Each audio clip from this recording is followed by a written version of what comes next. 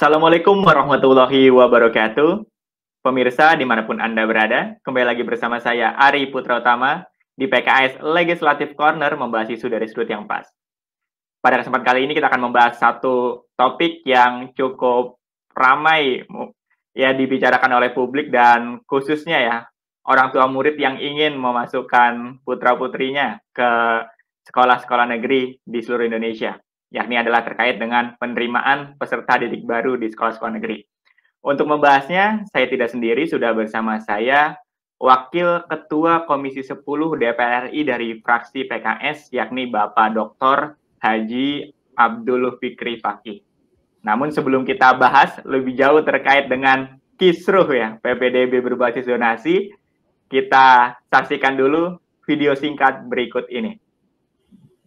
Proses penerimaan peserta didik baru PPDB tahun ajaran 2023-2024 di Indonesia diwarnai dengan praktik kecurangan. Berdasarkan laporan sejumlah media, praktik curang ini telah terjadi di sejumlah daerah mulai dari Bogor, Bekasi, Bengkulu, Karawang, Pekanbaru, hingga Kepulauan Riau atau Kepri. Hal ini menunjukkan bahwa praktik kecurangan terjadi secara masif dan merata di hampir seluruh wilayah di Indonesia. Berbagai modus pun dilakukan agar calon siswa dapat diterima di sekolah favorit, khususnya melalui jalur zonasi termasuk afirmasi. Mulai dari jual beli kursi, pungli dengan balutan donasi, pejabat yang menitipkan sanak famili, hingga alamat kartu keluarga yang tak sesuai domisili asli. Bahkan termasuk juga pembuatan surat keterangan palsu oleh oknum pejabat di instansi-instansi. Lantas, apakah sistem PPDB khususnya berbasis zonasi perlu dievaluasi? Seperti apa bentuk evaluasinya? Bagaimana pula memastikan agar pelaksanaan PPDB tak lagi diwarnai kecurangan dan manipulasi? Temukan jawaban selengkapnya hanya dalam PKS Legislative Corner yang membahas isu dari sudut pandang yang pas. Bersama Abdul Fikri Fakih, Wakil Ketua Komisi 10 DPR RI fraksi PKS. Dengan host Ari Putra Utama, Riset Spesialis fraksi PKS DPR RI. Pada Jumat 28 Juli 2023 pukul 13.30 sampai dengan 14.30 waktu Indonesia Barat. Acara akan digelar pada 13.30 sampai dengan 14.30 waktu Indonesia Barat. Dan live melalui akun media sosial fraksi PKS DPR RI dan PKS TV.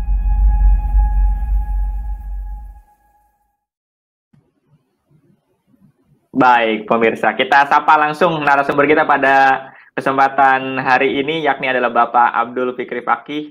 Selamat siang, Pak Fikri Fakih. Siang, Assalamualaikum, Mas Ari.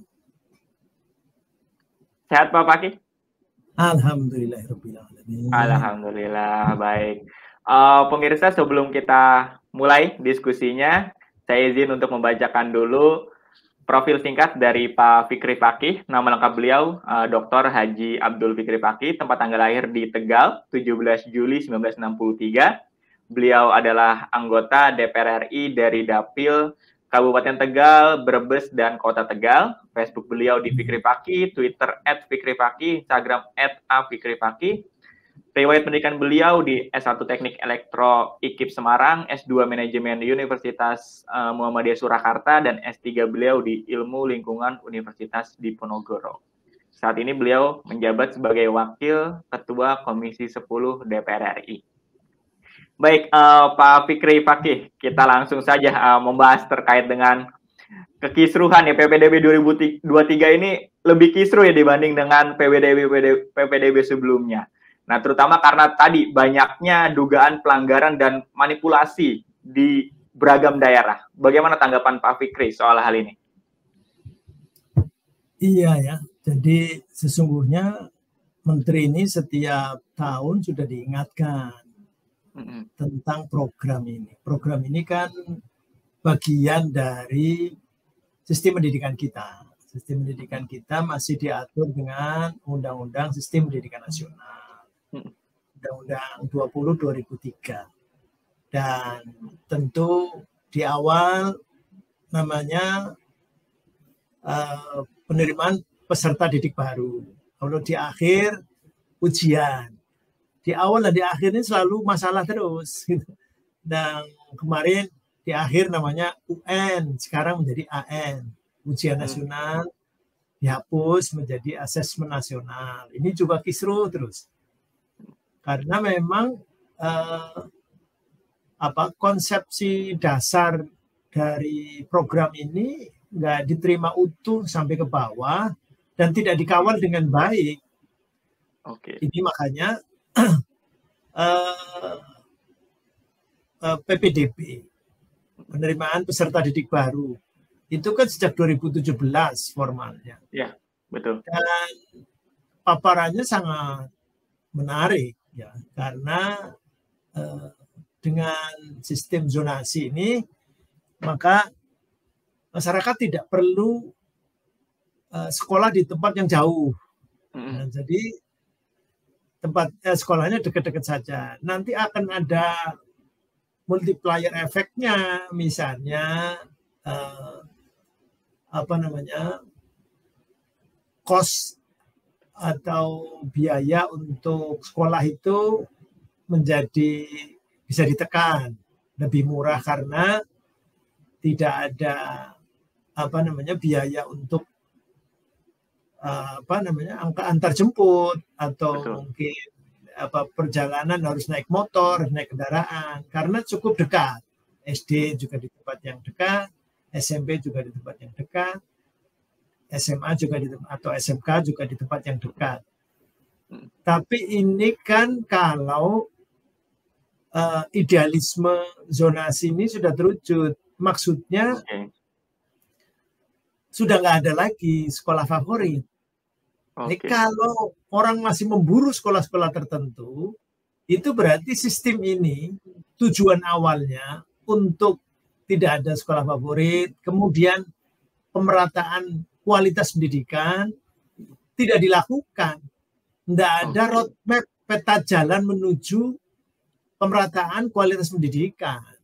Ini yang tidak ada progres, tidak ada disampaikan kepada Komisi 10 seperti apa. Adanya akhirnya setiap tahun kisruh. Pertama, sistem zonasi itu kisruh karena zonasinya dipilah dengan sistem pemerintahan. Jadi ada misalnya dulu ada cerita anak Salatiga tidak bisa sekolah di Salatiga. Kenapa? Karena ternyata domisili dia ada di Kabupaten Semarang yang berdampingan. Tapi sekolah itu secara jarak itu dekat dengan rumahnya. Nah, tapi karena zonasinya berdasarkan pemerintahan, maka orang tuanya sedih, anaknya juga pokoknya frustasi karena dia kepengen sekolah di tempat yang dekat dan dia nemnya waktu itu memenuhi syarat untuk masuk, tetapi tidak bisa karena kalah dengan zonasi yang di situ. Nah, ini juga akhirnya ada evaluasi. Setelah ada evaluasinya seperti apa, itu juga nggak pernah utuh disampaikan ke Komisi 10. Diganti dengan namanya radius. Jadi zonasi pakai radius sekian kilometer. Nah, di kota atau kabupaten tertentu yang disiplin dengan Perda RT/RW, rencana tata ruang dan wilayah, maka dia di wilayah-wilayah itu dibagi dalam zona perdagangan, zona pendidikan, zona pemerintahan, zona hijau dan seterusnya. Maka sekolah itu jejer. Jadi ada SD-nya di situ, SMP-nya di situ, SMA-nya di situ, bahkan SMA 1, 2, 3 itu udah di situ. Nah, kalau kemudian radius, ini kan banyak irisan. Sementara di tempat blank spot itu tidak ada. Nah, ini juga tidak belum terselesaikan. Sekali lagi menurut saya itu dampak saja. Problematikanya nggak ada skema untuk menuju supaya sekolah itu menjadi favorit semua. Nah, ini yang masalahnya sesungguhnya yang tidak pernah terselesaikan. Masalahnya akhirnya bagaimana supaya bisa masuk ke sekolah itu, ya surat keterangan domisili. Akhirnya surat keterangan domisili bodong, yang palsu-palsu dan seterusnya. Atau udah jadi anggota keluarga si Fulan, Si X misalnya, satu keluarga masa ada 20 orang, satu rumah ada 40 orang. Ini nggak masuk akal. Itu terus semua seperti itu. Inilah yang terjadi sehingga dulu temuan dari Ombudsman itu cukup banyak sekali. Bahkan sampai terakhir saya kira sangat mengerikannya karena sudah akhirnya jual beli. Akhirnya membayar dan seterusnya. Itu Mas Ari. Oke, baik. Tadi menarik ketika disebut bahwa konsep ideal atau tujuan ideal dari pelaksanaan sistem PPDB berbasis zonasi adalah pemerataan sekolah ya Pak ya.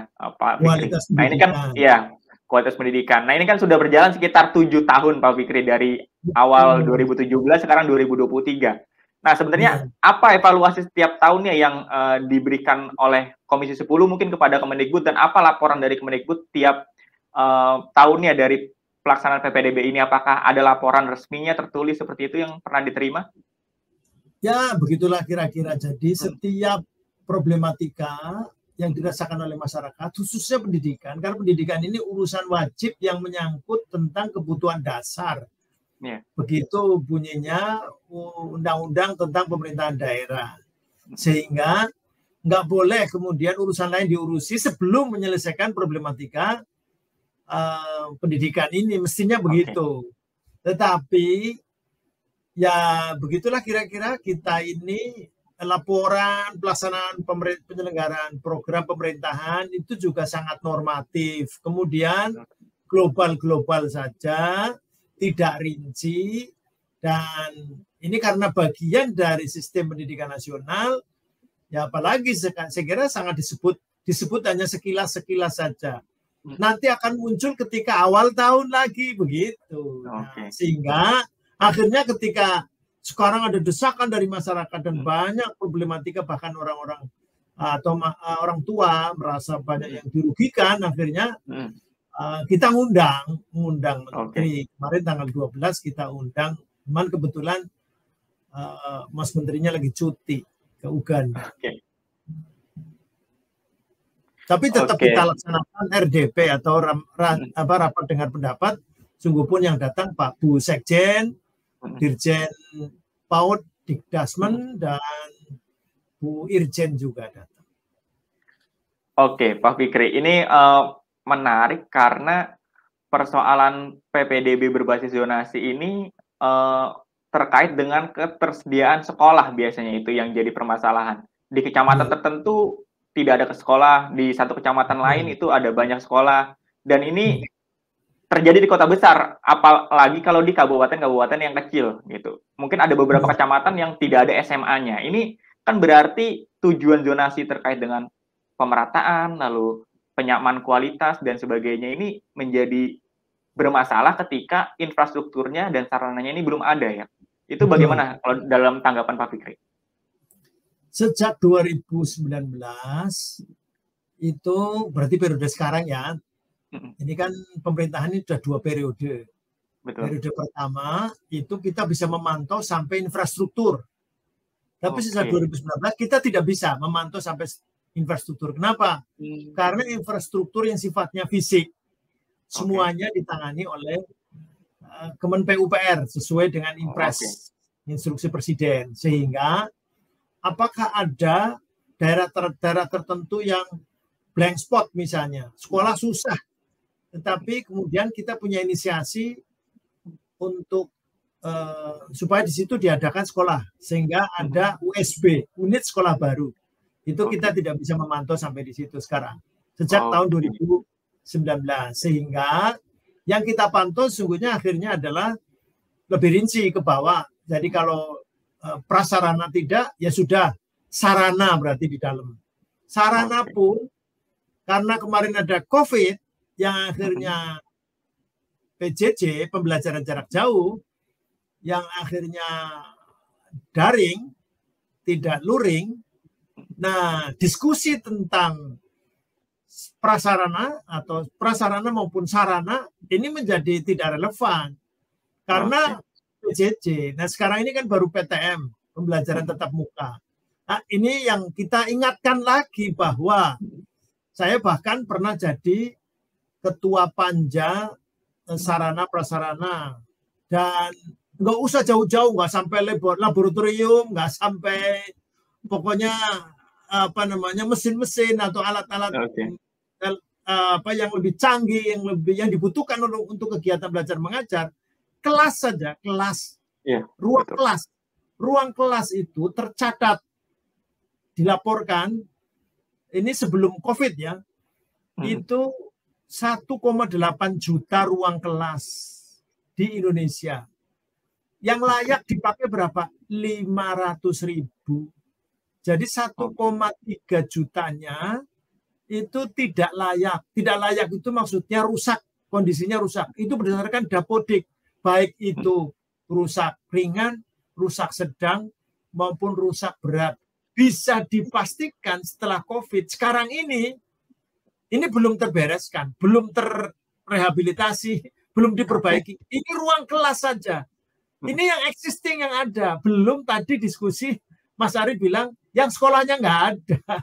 Yang sekolahnya nggak ada, atau mungkin sekolah-sekolah yang nggak layak seperti di NTT misalnya, atau di Pulau Sebatik yang nggak ada sekolah sama sekali dan sebagainya, di Kaltara misalnya. Ini sudah di luar pantau. Saya sudah mengingatkan berulang-ulang, tetapi itu satu saja. Belum lagi kalau pemerataan pendidikan kan tidak hanya sarana prasarana, ada SDM, guru misalnya. Ya ini guru juga hanya ngumpul guru-guru berkualitas di sekolah-sekolah tertentu, ya tidak bisa dipungkiri akhirnya sekolah favorit masih ada, dan akhirnya jangan salahkan kalau orang tua hanya ikhlas kalau anaknya sekolah di sekolah X, di sekolah tertentu saja. Sehingga apapun dilakukan, memalsukan dokumen, membayar dan sebagainya demi anaknya supaya tetap masuk ke sekolah yang layak. Begitu Mas Ari. Oke, sebenarnya kecurangan-kecurangan dari wali murid atau termasuk murid itu sebenarnya ekses dari perencanaan dan pelaksanaan pendidikan yang tidak baik dari atas ya Pak ya, sehingga di bawah ini banyak kecurangan gitu. Betul. Sehingga ketika lah sekarang diskusinya karena kemarin COVID ya, udah bukan sarana prasarana. Sekarang berarti yang perlu kita bangun, yang perlu kita betulkan, perlu kita tata adalah SDM. Sebut saja guru dan tenaga kependidikan misalnya.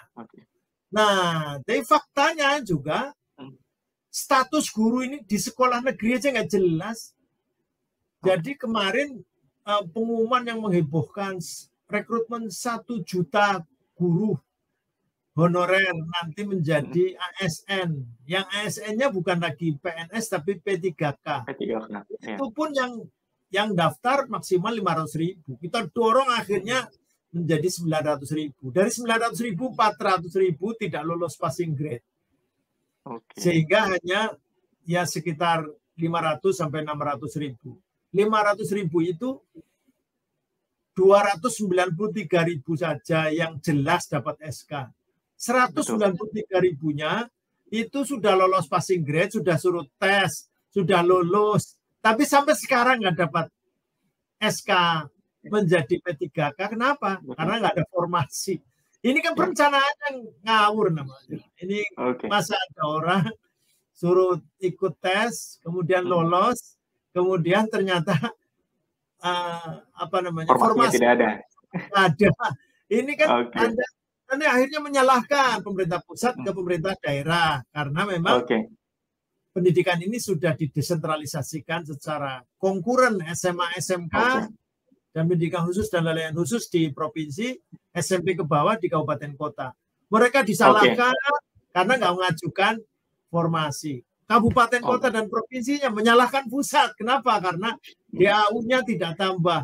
Ini akhirnya berkelindan nggak jelas. Ini saya kira ngurus pendidikan nggak boleh kemudian hanya kesalahan pengelola, lantas yang korbannya adalah masyarakat kita, generasi ke depan. Begitu Mas Ari. Oke, baik. Persoalan masalah tadi ya, pendidikan yang diserahkan kepada pemerintah daerah, lalu juga nanti lempar tanggung jawab antara pemerintah pusat dan daerah. Nanti kita akan bahas lebih jauh, Pak Fikri. Namun sebelum itu, kita saksikan dulu video-video singkat berikut ini.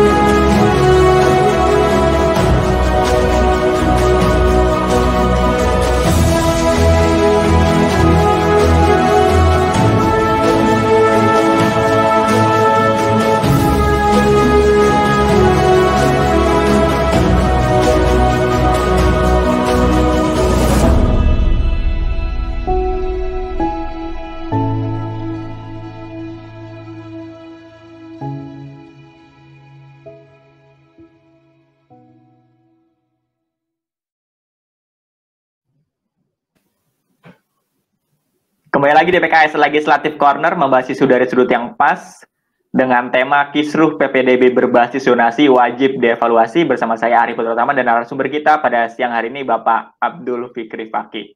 Baik Pak Fikri, ini karena sudah kisruh ya terkait dengan PPDB, lalu juga banyak kecaman dari wali murid yang menginginkan sistem zonasi ini dihapus. Akhirnya ada pernyataan dari seorang pejabat Kemendikbudristek yang menyebut bahwa sebenarnya penyelenggaraan PPDB ini kisruh karena inspektorat daerah tidak paham sistem PPDB atau pengawasannya lemah dan sebagainya. Karena tadi persoalan PPDB atau sekolah ini kan sudah dialihkan kepada pemerintah daerah. Tadi di SMA itu untuk Pemprov, lalu untuk tingkat SD dan SMP itu ada di tingkat pemerintah kota kabupaten. Nah ini bagaimana tanggapan dari Pak Fikri terhadap pernyataan seperti itu? Saya sudah ingatkan itu kemarin tanggal 12 Juli, yang akhirnya Menteri nggak hadir, yang datang itu Sekjen, Dirjen Paul Dasman, dan kemudian Irjen juga. Kalau kemudian pendekatannya reward and punishment, bahkan punishmentnya di depan, ini sama aja dengan DPR misalnya itu ada tiga fungsi yang melekat, legislasi, budgeting, dan pengawasan. Yang dipakai hanya fungsi pengawasan saja. Ini ngeri nanti namanya. Pendidikan ini kan dibangun dengan program yang jelas, sistem pendidikan yang jelas.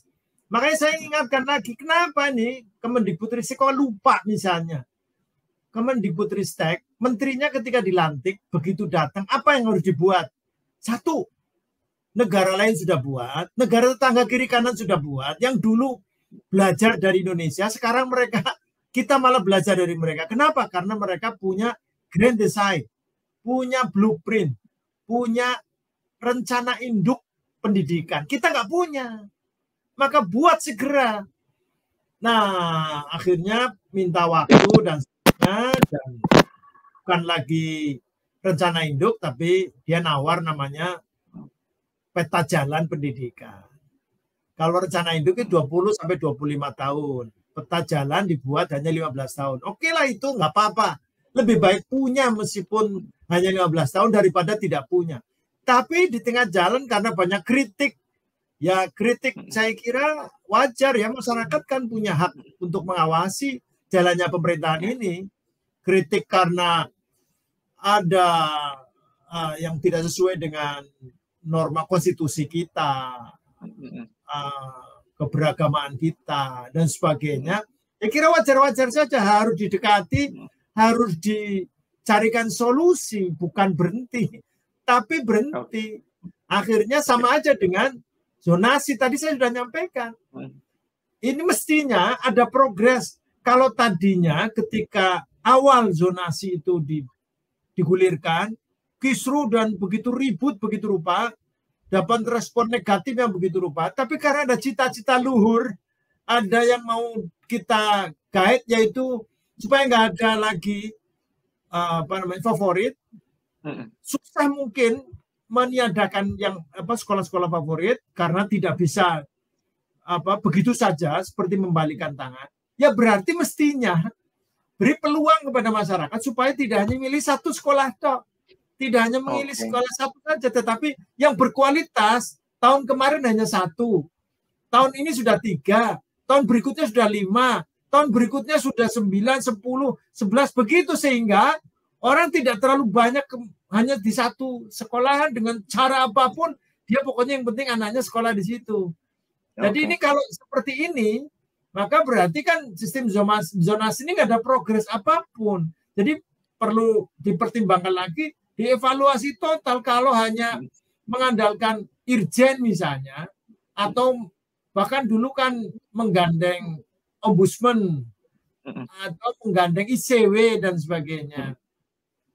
Ini kan ngeri ya. Jadi pendidikan tapi ICW, Indonesian Corruption Watch. Jadi ini sogok menyogok, kemudian palsu memalsu. Nanti anaknya jadi apa?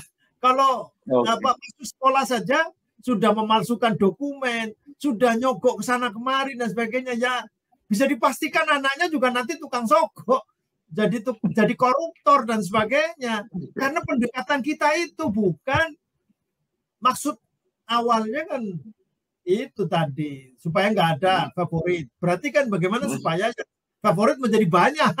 Kalau banyak kan, kalau semuanya favorit kan nggak ada yang favorit akhirnya. Nah, itu tidak ada progres. Itu yang tidak disampaikan kepada Komisi 10. Saya kira akhirnya kemarin kan setelah 12 Juli, kemudian 13 Juli penutupan masa sidang, 14 Julinya kita kunjungan masa reses. Salah satunya saya mimpin ke Yogyakarta. Di Yogyakarta nggak ada. Ada nggak kisruh di Yogyakarta? Nggak ada. Adanya kan tadi disebut itu Bogor, kemudian Bengkulu, kemudian Kepri dan sebagainya dan sebagainya.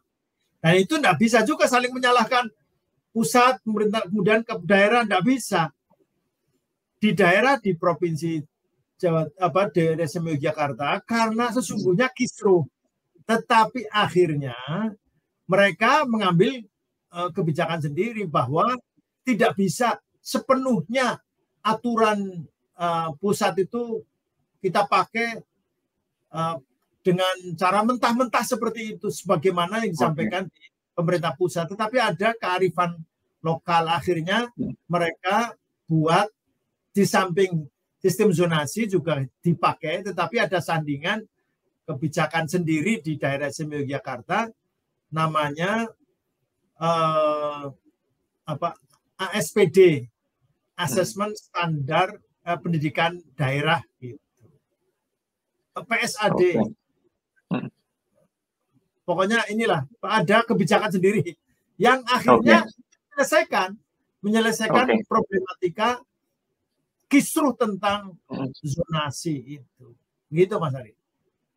Oke, baik. Tadi menarik ketika Pak Fikri menyebut terkait peta jalan yang dikritik kalau akhirnya berhenti. Lalu pendidikan kita butuh grand design atau rancangan besar dan sebagainya. Nah, itu sebenarnya kan dari Kementerian Pendidikan ya Ristek Dikti ya sudah mengeluarkan seperti Merdeka Belajar. Apakah itu belum cukup dari pandangan Komisi 10 atau seperti apa, Pak Fikri? Ya itu artinya jawabannya kan disuruh buat sesuatu yang besar. Tapi jawabannya ngeteng lah itu istilahnya. Nyicil. Nah kalau nyicil begini kan ya nggak menyelesaikan masalah. Nanti jangan-jangan ada yang tambal sulam. Ada yang akhirnya jadi sesuai dengan yang problematika aktual. Nanti menjadi reaksioner. Pemerintah kan tidak bisa begitu. Dan pendidikan ini tidak bisa hanya mengantisipasi hal yang aktual saja. Ada yang harus diinovasi, tapi ada yang harus dikonservasi. Dua-duanya harus seimbang. Kita pakai filosofi pendidikan Ki Hajar Dewantoro misalnya. Itu kan yang konservasi namanya. Tapi di sisi lain kita perlu inovasi karena sekarang era digital misalnya. Pada hal-hal yang sifatnya teknis, metodologis, edukasi di pendidikan itu sekarang harus menyesuaikan zaman sekarang. Tetapi tujuan pendidikan bahwa menjadikan orang menjadi merdeka, menjadi independen, tidak tergantung menjadi pekerja saja atau menjadi pegawai atau tenar saja, menjadi orang yang merdeka, tidak tergantung apa-apa. Ini kan sesuatu yang harus dibangun. Makanya visi kita nggak visi pemerintah, bahkan visi organisasi, visi ormas tertentu, visi kita visi negara, visi pendidikan pakainya visi negara. Apa dasarnya konstitusi? Amanat konstitusi itu apa? Kalau diringkas menjadi mencerdaskan kehidupan bangsa. Mencerdaskan kehidupan bangsa itu apa? Kemudian ya yang kemudian dia harus berakhlak mulia, beriman, dan bertakwa, dan sebagainya. Itu yang kemudian harus kita selamatkan, kita tegakkan. Itu namanya visi negara. Jadi tidak kemudian nanti ganti pemerintahan, ganti kebijakan tentang pendidikan, ganti menteri, ganti kurikulum, dan sebagainya. Ini karena apa namanya? Itu tadi ngeteng istilahnya. Jadi bahkan dikritik sampai sekarang udah 24 episode kalau nggak salah. Dari 24 tidak seluruhnya ada academic papernya atau naskah akademiknya. Ini kan para guru besar juga protes. Nggak bisa kebijakan pemerintah itu kalau orang bangun jembatan, kalau ada kerusakan bisa diperbaiki. Tapi kalau bangun pendidikan, mendidik anak, kalau salah itu fatal, nanti susah diperbaikinya. Nah, itulah yang terjadi. Oke, baik Pak Fikri. Kita kembali lagi ke soal kecurangan terkait PPDB berbasis zonasi, afirmasi, dan lain-lainnya pada kesempatan beberapa pekan lalu. Ini berdasarkan berita yang saya dapatkan, ada ribuan siswa di Jawa Barat yang telah terbukti Pak Fikri melakukan kecurangan dalam pelaksanaan PPDB kemarin, yang akhirnya dilarang untuk mengikuti seleksi sekolah negeri. Jadi harus masuk ke swasta. Nah, ini bagaimana tanggapan Pak Fikri terkait dengan keputusan dari Pemprov Jawa Barat ini, Dinas Pendidikannya? Kalau bagi sekolah swasta sih seneng ya. Karena dapat luberan, tetapi pemerintah ini kadang-kadang juga tidak memperhatikan sekolah swasta, sehingga ketika kebijakan salah baru diserahkan kepada masyarakat. Nah ini kan kebijakannya keliru, ekses atau akibat negatif dari kebijakan akhirnya baru kemudian diserahkan kepada sekolah swasta. Tapi bagaimanapun seperti saya sampaikan tadi, kalau pendekatan pendidikan dengan cara hanya pengawasan saja, tapi tidak membangun, hanya menghukum saja, bahkan nanti kalau keterangan dari Bu Irjen itu kan mestinya pemerintah daerah bisa melaporkan ke kepolisian ini kemudian atau kejaksaan atau apa, yang ini menjadi kasus hukum. Nah, kalau kasus hukum ini kan berarti pakai azas legalitas saja, tidak pakai azas oportunitas. Ini bukan oportunitas asas istilah bahasa pada umumnya tadi asas hukum. Kalau asas hukum itu kan berarti tidak seluruh masalah pendidikan harus berhadapan di meja hijau. Karena nanti banyak sekali ini penjaranya sebesar apa kalau kemudian begini. Terus memalukan juga dan sedih juga kalau pendidikan kemudian harus masuk dokumen. Dapat tadi ini nanti generasinya seperti apa? Model generasi yang akan diproduk seperti itu. Nah, ini kalau ternyata terbukti ribuan, wah ngeri itu. Jadi sekali lagi sisi lain sih tadi kalau saya penyelenggara sekolah swasta ya bersyukur karena ada kebijakan yang salah dari pemerintah. Apakah nunggu nanti sekolah swasta itu dapat berkahnya kalau pemerintahnya salah? Dan mereka senang kalau pemerintahnya salah, nanti kan imbasnya diserahkan kepada masyarakat. Ini nggak benar saya kira kebijakan seperti itu. Jadi ya bahwa pengawasan itu penting, saya kira betul. Tetapi lebih penting lagi adalah membangun budaya sistem pendidikan yang sehat dan berkelanjutan, baik untuk kepentingan generasi sekarang dan generasi yang akan datang. Begitu, Mas. Oke, baik, Pak Fikri. Nanti kita akan masuk ke sesi terkait apa yang harus dievaluasi dan apa yang harus dilakukan untuk PPDB selanjutnya. Tapi sebelum kita masuk ke sesi itu, kita saksikan dulu pesan-pesan singkat berikut ini.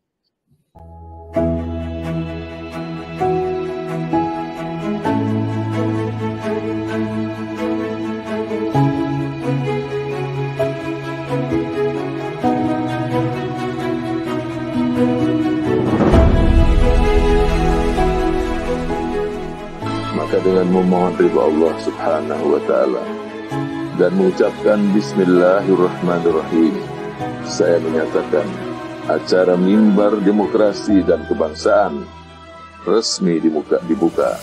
Semoga Allah Subhanahu wa Ta'ala meridhai segala langkah kita untuk memperbaiki kondisi bangsa Indonesia dan negeri yang sama-sama kita cintai.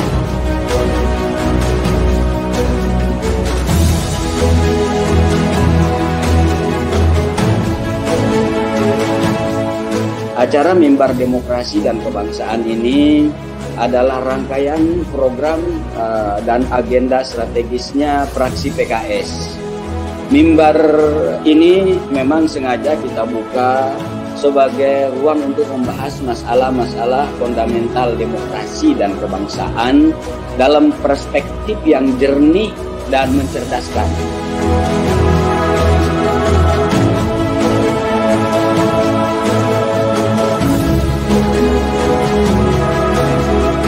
Saya mengucapkan terima kasih dan memberi apresiasi ke fraksi PKS yang mengadakan acara yang sangat penting, Mimbar Demokrasi.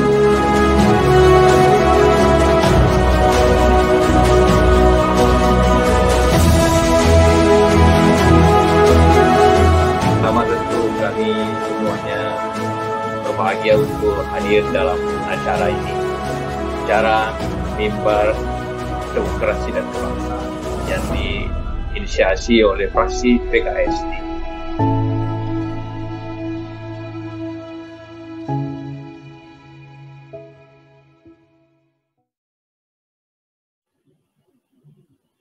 Kembali lagi di PKS Legislative Corner bersama saya Ari Putrotama dan narasumber kita pada edisi kali ini Bapak Abdul Fikri Fakih.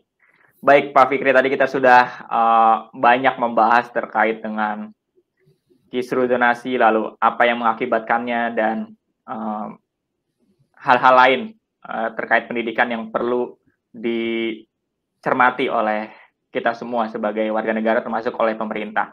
Nah terakhir Pak Fikri, sebagai closing statement, apa sebenarnya evaluasi yang harus dilakukan oleh Kemendikbudristek termasuk juga pemerintah di daerah terkait dengan tema kita pada hari ini yakni PPDB, lalu juga bagaimana seharusnya ke depan pendidikan kita direncanakan agar bisa menjadi lebih baik dan punya visi jangka panjang untuk mewujudkan generasi Indonesia yang berkualitas dan berakhlak mulia? Silakan Pak Fikri. Yang pertama, saya kira saya sudah menyampaikan usulan supaya tetap itu dikerjakan, rencana induk pendidikan, karena kita sudah punya sistem pendidikan nasional dengan Undang-Undang 20/2003 itu. Oke. Jadi apapun namanya, mau blueprint, mau peta jalan pendidikan atau apa, tapi itu harus diteruskan. Kalau tidak ada, maka seperti orang berjalan itu di tempat yang gelap, di depan itu ada jurang atau tidak, nggak tahu kita. Nah, itu yang pertama.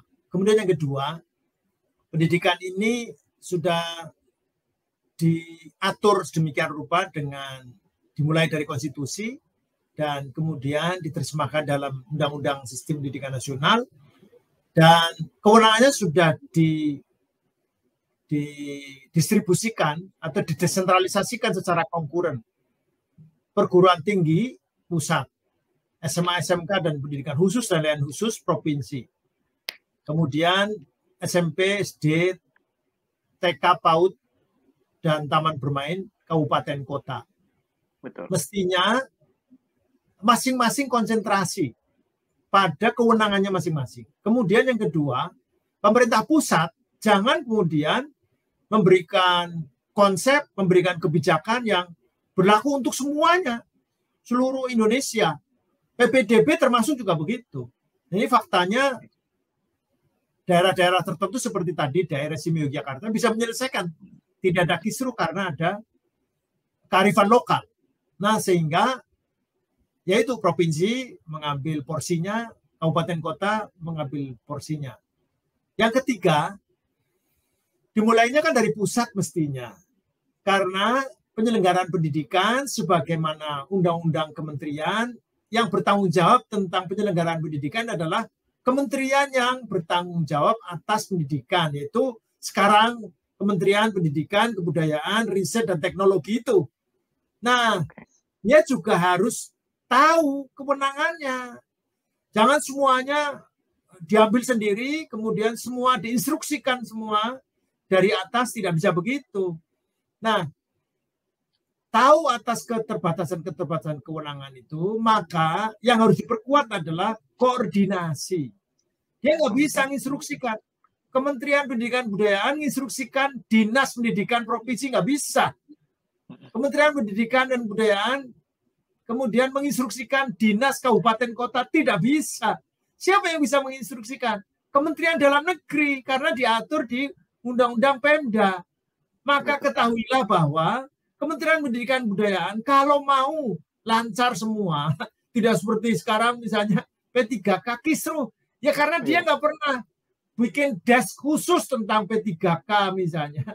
Karena yang ngatur guru SMA, SMK ya provinsi, yang ngatur guru SMP ke bawah ya kabupaten kota. Yang nanti ngajukan formasi nggak bisa menteri pidato di Semarang di Hari Guru Nasional. Kalau kabupaten kota dan Pemda tidak mau ngajukan formasi, maka formasi itu akan kita ajukan dari pusat.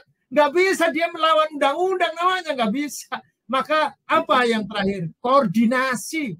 Koordinasi itu kata yang sangat mudah diucapkan tapi sulit untuk dilakukan, dan terbukti bahwa centang perentang ini koordinasi, bahwa kementerian ini tidak tahu bahwa dia harus ketuk pintu, bahkan Dirjen Bangda harus diketuk pintu. Nanti kalau berdampak kepada keuangan, nggak hanya dialog dengan Bu Menteri Keuangan, enggak. Menteri Keuangan sudah mengatakan bahwa ini sudah di-earmarking, sudah dikasih tanda, mau tandanya sampai hitam juga di bawah karena judulnya DAU misalnya, ya bisa digunakan untuk bangun jembatan, tidak untuk pendidikan, tidak bisa begitu. Tapi harus koordinasi dengan namanya Dirjen BAKD, Bina Administrasi Keuangan Daerah di Kementerian Dalam Negeri, karena dia menerbitkan setiap tahun Permendagri tentang pedoman penyusunan APBD, begitu. Sehingga coba kalau di ini PPDB, apakah dibahas di Kementerian Dalam Negeri? Dibahas di Kementerian Dalam Negeri di Dirjen Bangda. Nah, begitu. Makanya mestinya sambung ini. Apa saja, termasuk saya sedang mimpin panja penguatan literasi. Di Biro Bangda juga ada, di Dirjen Bangda maksudnya, di Dirjen BAKD, bahkan mereka juga nanti kerjasama dengan kementerian lain karena sudah masuk ke desa, misalnya Kementerian Desa dan PDTT. Kayak begitu. Jadi sekali lagi saya ulangi bahwa kata kuncinya adalah di koordinasi. Mudah-mudahan kalau ke depan ini seperti apa, saya kira kita sudah firm, sudah selamatkan pembukaan Undang-Undang 45, dan tentang pendidikan itu nggak bisa kita jauh dari batang tubuh di Undang-Undang 45, baru kemudian kita diskusi tentang Undang-Undang Sistem Pendidikan Nasional yang kemarin juga ribut dan akhirnya dipending lagi, akhirnya tidak lagi revisi Undang-Undang Sisdiknas karena memang tadi kita tidak punya visi pendidikan yang visi negara. Kalau visi negara maka jauh ke depan. Tidak hanya untuk generasi sekarang, tapi generasi yang akan datang. Begitu Mas Arif. Oke, baik. Luar biasa sekali Pak Fikri Fakih.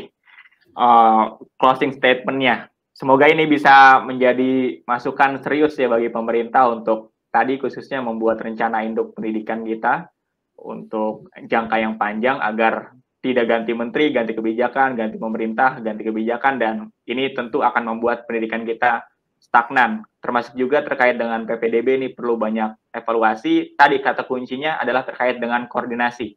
Koordinasi ke Kemendagri, koordinasi ke pemerintah daerah, dan ke seluruh stakeholder yang terkait karena Kementerian Pendidikan Ristek Dikti ini memiliki keterbatasan-keterbatasan dalam kewenangan.